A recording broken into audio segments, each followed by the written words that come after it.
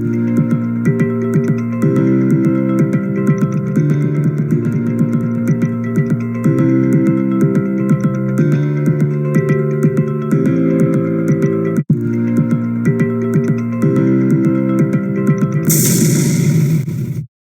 And welcome to बाजार के चौधरी। मैं हूं आपका होस्ट और दोस्त Pankaj Chaudhary. I hope you had a good and profitable trading day today. सबसे पहले बात करते हैं वर्ल्ड मार्केट्स की।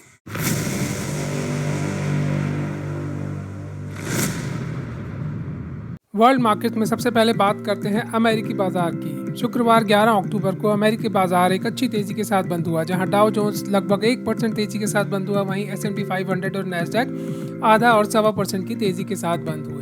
जैसा कि हमने कुछ दिन पहले डाउ जोन्स का चार्ट देखा और डिस्कस किया था कि डाउ जोन्स का चार्ट एक कंसोलिडेशन पैटर्न में है। यदि हम देखें तो एक inverted head and shoulder pattern के ब्रेकआउट के बाद डाउ जोन्स का चार्ट एक कंसोलिडेशन में चला गया। शुक्रवार को डाउ जोन्स के चार्ट ने उस कंसोलिडेशन को अपवर्ड साइड पे ब्रेकआउट कर दिया है। आने वाले दिनों में डाउ जोन्स में और हायर लेवल्स एक्सपेक्टेड है। डाउ जोन्स की तेजी का फायदा कहीं ना कहीं एशियाई बाजार और निफ्टी को भी मिलेगा। निफ्टी में आज की तेजी के बाद ऐसा लगता है जैसे बाजार वापस से 25,500 के लेवल्स को रीटेस्ट करने की कोशिश करेगा। To find out how the Indian markets will behave, it is important that we try and analyze world markets as well, especially US markets. वहीं 14 अक्टूबर को यूरोपियन मार्केट्स की बात करें तो डैक्स और फुटसी हल्की तेजी में ट्रेड कर रहे हैं, जबकि कैक में लगभग 0.3% की गिरावट है। और आज के एशियन बाजार की बात करें तो चाइनीज मार्केट में एक अच्छी तेजी देखी गई।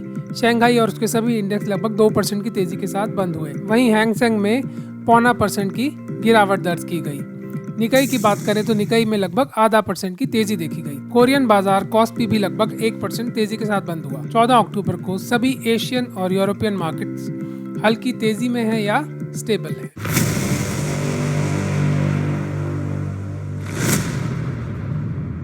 आज 14 अक्टूबर को निफ्टी 163 पॉइंट्स तेज होकर 25,128 पर बंद हुआ।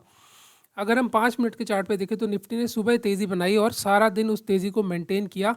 वॉलेटिलिटी मार्केट में बिल्कुल भी नहीं थी। Now if you look at 15 minutes chart, Nifty ने अपने 14,700 से 14,800 के सपोर्ट लेवल्स को बहुत अच्छी तरह होल्ड किया है और अब 25,230 के रेजिस्टेंस लेवल की तरफ बढ़ रहा है। The moment it will take out 25,230, it will try to retest levels of 25,500। जब तक निफ्टी 24,800 के लेवल्स को होल्ड कर रहा है तब तक हम 25,500 के लेवल्स को रीटेस्ट करने के लिए अपनी पोजीशंस बना सकते हैं। बैंक निफ्टी में भी आज 650 पॉइंट की बहुत अच्छी तेजी देखी गई और बैंक निफ्टी 51,800 पर बंद हुआ। 50,300 की सपोर्ट लेवल से बुलिश हरामी पैटर्न बनाते हुए बैंक निफ्टी लगातार ऊपर बढ़ रहा है। Bank Nifty is facing multiple resistance at 51,800 levels. If Bank Nifty is able to take out 51,800 resistance level tomorrow, it will try and retest 52,500 levels. Only after 52,500 levels are crossed by Bank Nifty, we can say that Bank Nifty has resumed its uptrend. If Bank Nifty stays above 51,800 levels tomorrow, traders can make long positions with stop loss below 51,800, target of 52,500 levels in 1 or 2 days.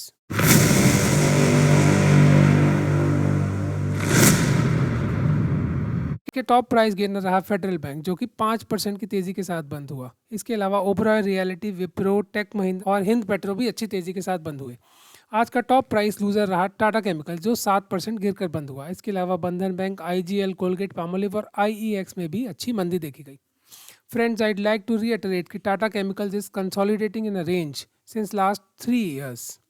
इस range में कभी ऊपर जाएगा तो कभी नीचे जाएगा, but once it is able to take out that range convincingly and stage above it for a few days, it has the potential to test 1800 levels. So Tata Chemicals को हमेशा अपनी रेडार पर रखिए। The breakout can happen in a month और in a few months. आज के top open interest gainer रहा Tata chemical, जिसमें 28% का बिल्डअप देखा गया। वहीं टॉप ओपन इंटरेस्ट लूजर रहा फेडरल बैंक, जिसमें 12% का ओपन इंटरेस्ट कम हुआ। इसका मतलब फेडरल बैंक में आज एक अच्छी शॉर्ट कवरिंग रैली देखी गई।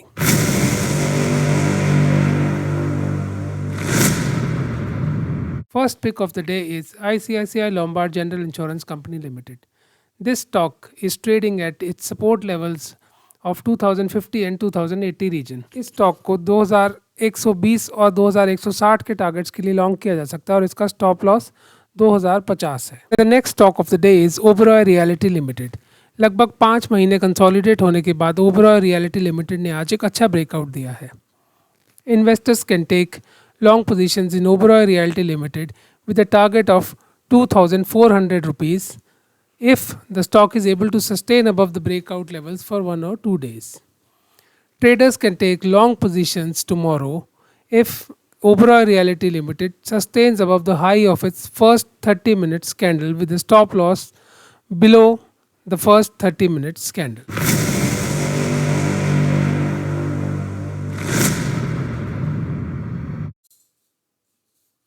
बाजार की पाठशाला में आज हम बात करेंगे कि अगर शेयर दो प्राइस बाजार की पाठशाला में अगर बाजार की पाठशाला में आज हम बात करेंगे कि अगर शेयर दो प्राइस लेवल्स के बीच में कंसोलिडेट होता रहेगा तो ब्रेकआउट के बाद उसका टारगेट कितना होगा।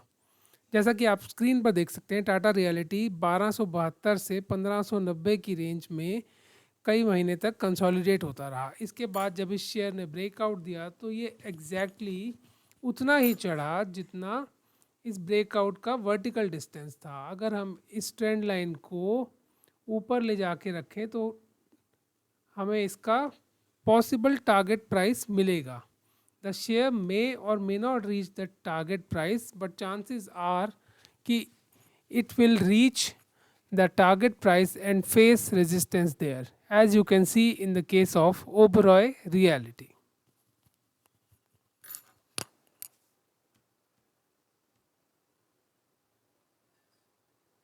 Thanks for watching today's episode of बाजार के चौधरी। आपको ये प्रोग्राम कैसा लगा आप हमें कमेंट करके ज़रूर बताइएगा। And don't forget to like share and subscribe our channel बाजार के Chaudhary. Be safe, be happy and be profitable and keep watching Bazaar Ke Chaudhary. Good night.